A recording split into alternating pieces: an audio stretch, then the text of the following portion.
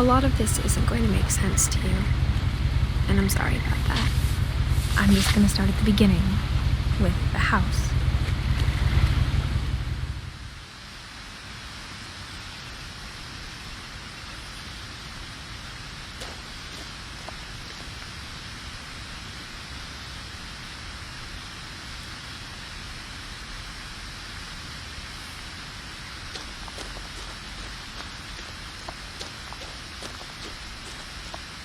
I lived here until I was 11, but I wasn't allowed inside half the rooms.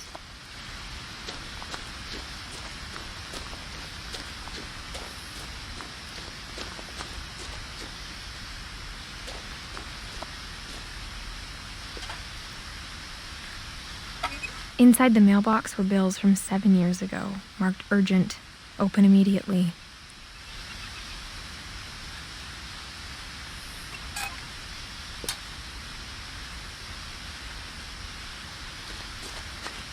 I hadn't been back since my brother Lewis's funeral.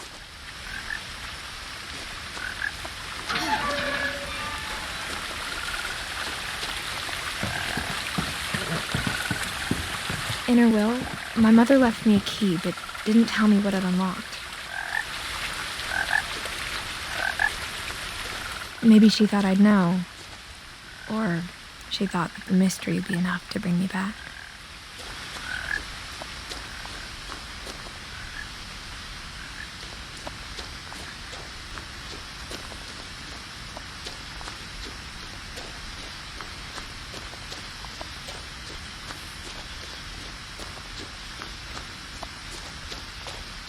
No one had driven this way in a long time, but I saw a few hoof prints.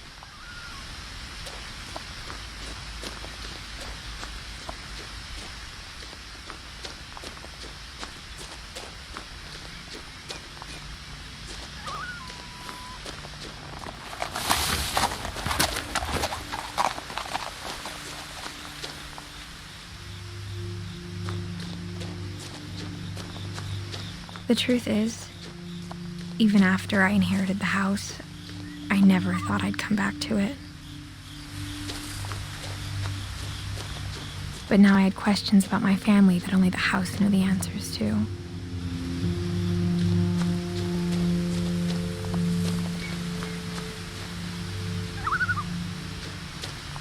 The house was exactly like I remembered it, the way I'd been dreaming about it.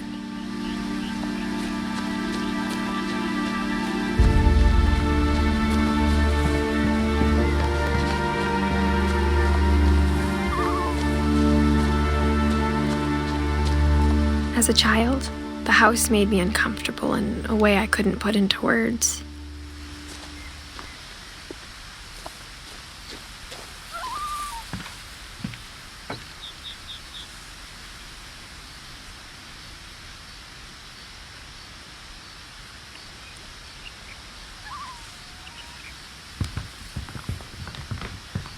Now, as a 17-year-old, I knew exactly what those words were. I was afraid of the house.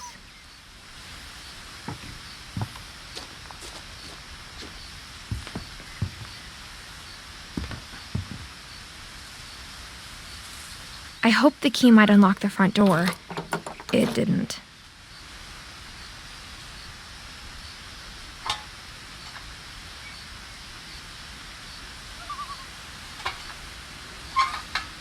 Looking in, I felt like the house itself had been waiting for me.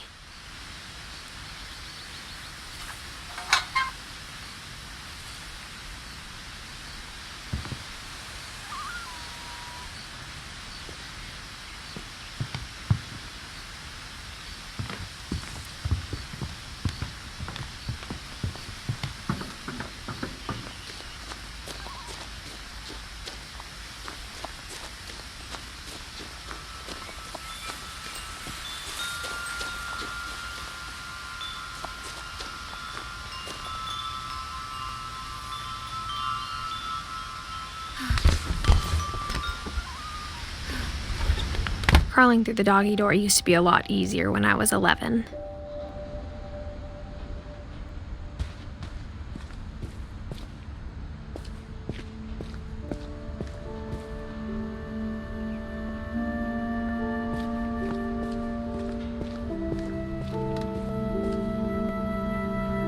power had been turned off the night we left. For the first time in years, I felt like I was home.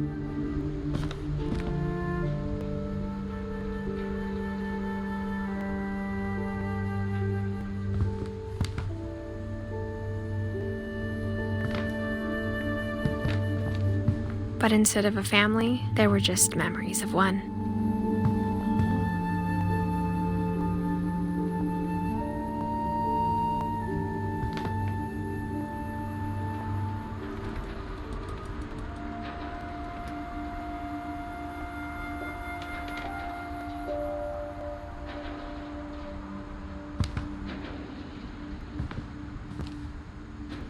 Like how after Louis started working at the cannery, we all got sick of eating salmon. Except our cat, Molly.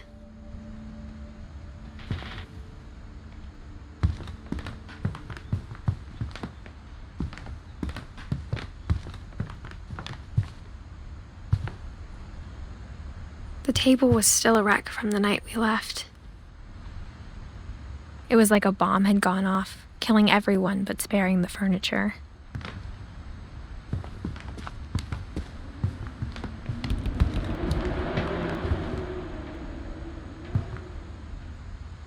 My mom was the only one of us who could imagine Great-Grandma Edie living in a nursing home.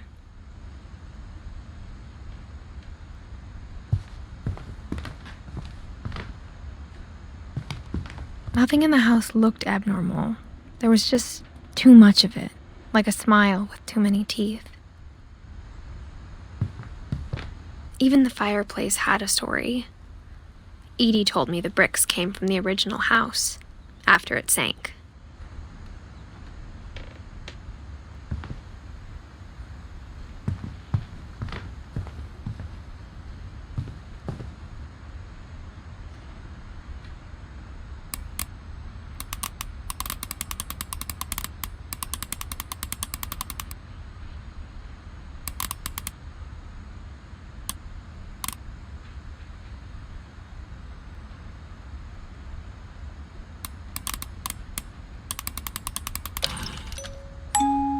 Great-Grandpa Sven built a music box for Barbara, along with the rest of the house.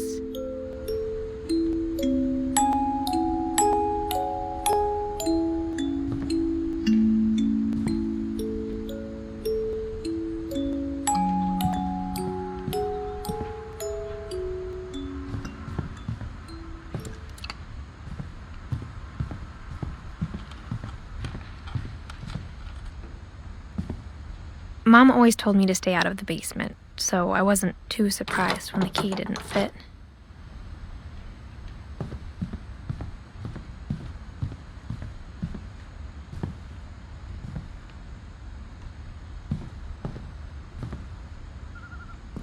After Milton disappeared, Mom sealed up all the bedrooms.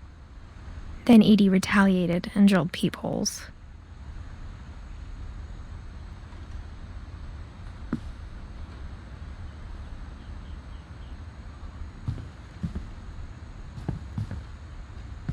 I spent a lot of time playing in Great Uncle Walter's room. I think my mom sometimes regretted not sealing it up.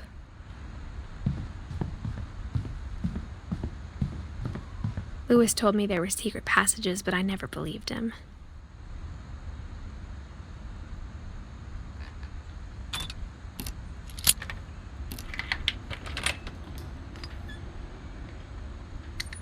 Turns out, my mom was really good at keeping secrets.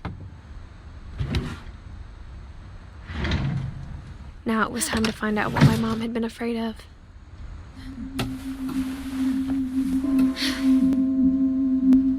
Reading this, maybe it sounds like I had a plan.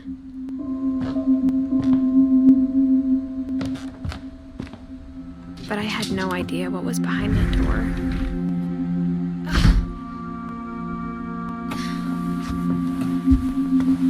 Just like I had no idea where all this was gonna lead.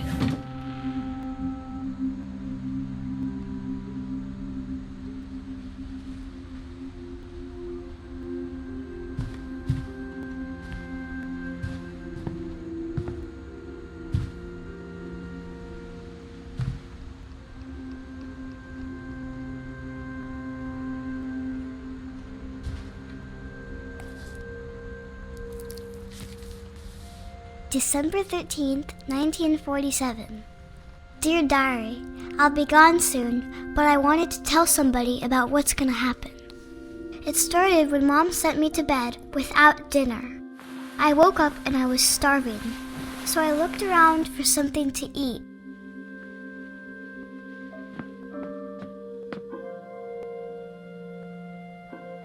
The gerbil food was dry, but I didn't mind it.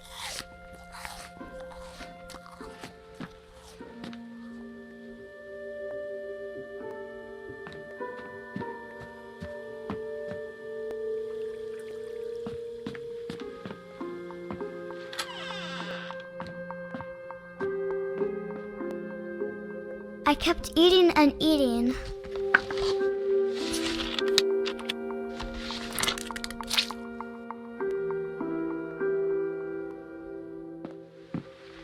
I ate a lot of things that night.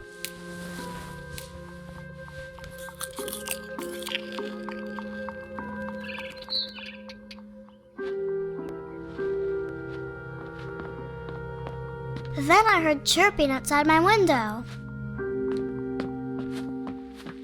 It was a barn swallow going back to her nest. I reached out for her.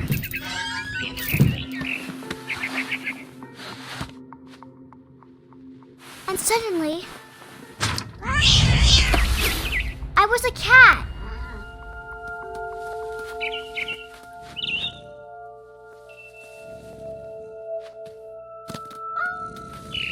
I tried to be quiet, but the bird was really scared.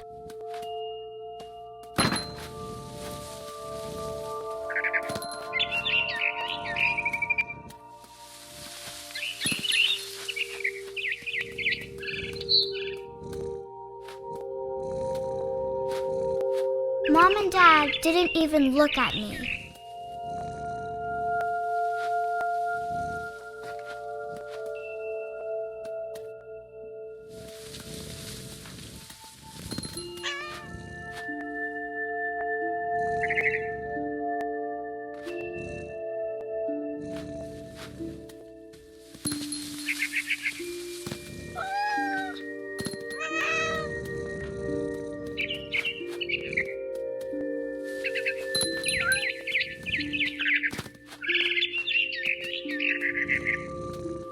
I jumped and I almost got her.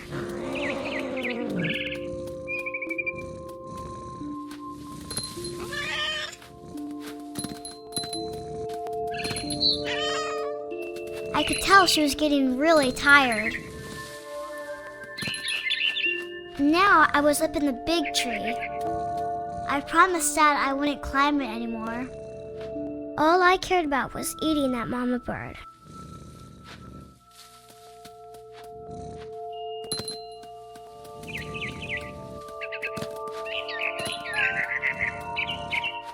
I gobbled her up.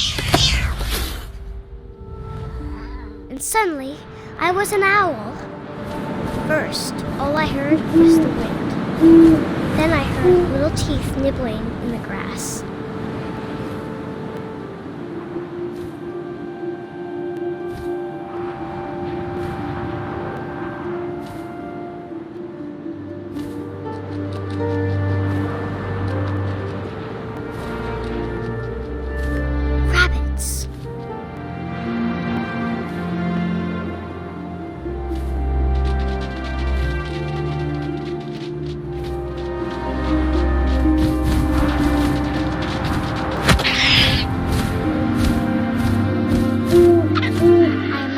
His face looking up and seeing mine through my talons.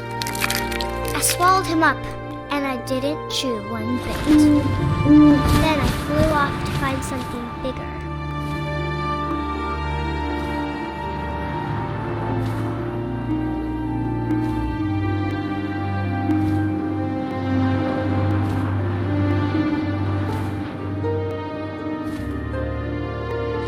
A mama rabbit.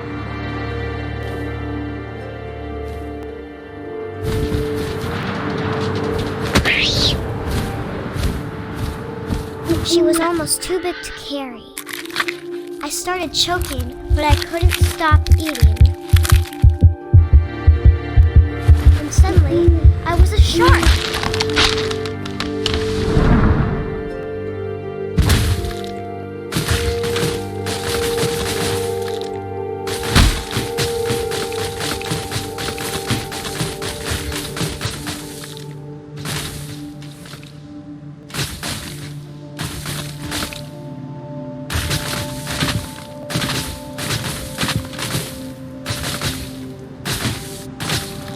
I rolled off a cliff and into the ocean. Now, I was hungrier than ever.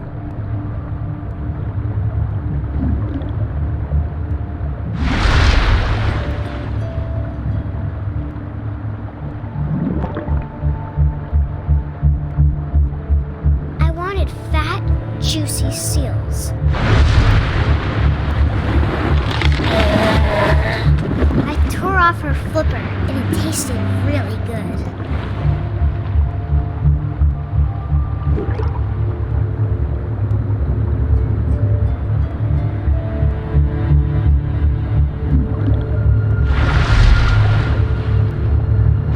Grabbed on tight. And when I was so hungry, I jumped out of the water. When I opened my eyes, everything had changed.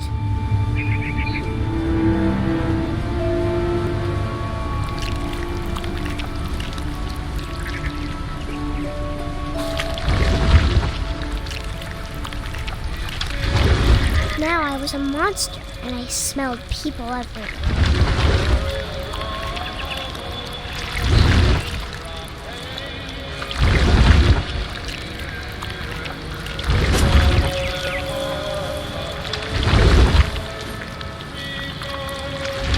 I was big, but I moved real quiet.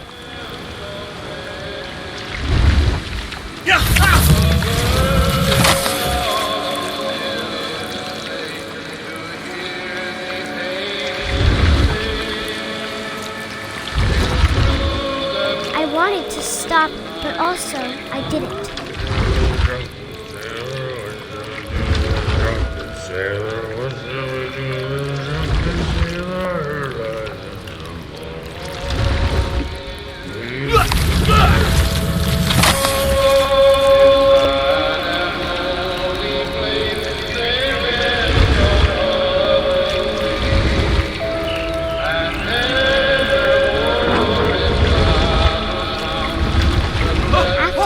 Passenger, I was still hungry. And across the water, I smelled something new. Something I had to have, so I swam towards it.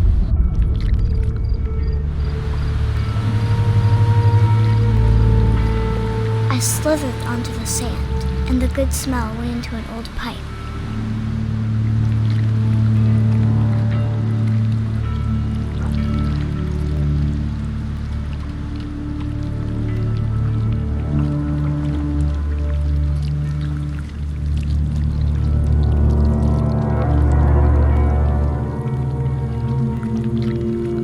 I got closer and closer.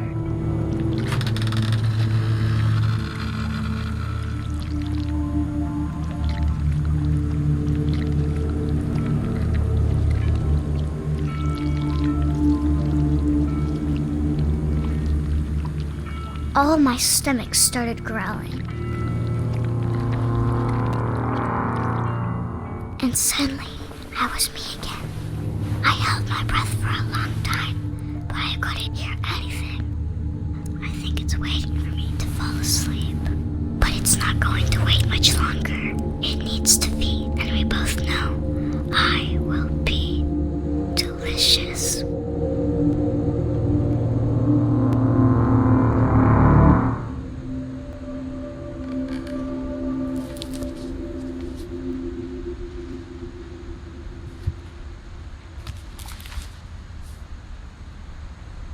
I'm not sure if I believed all of that, but I'm sure Edie would have.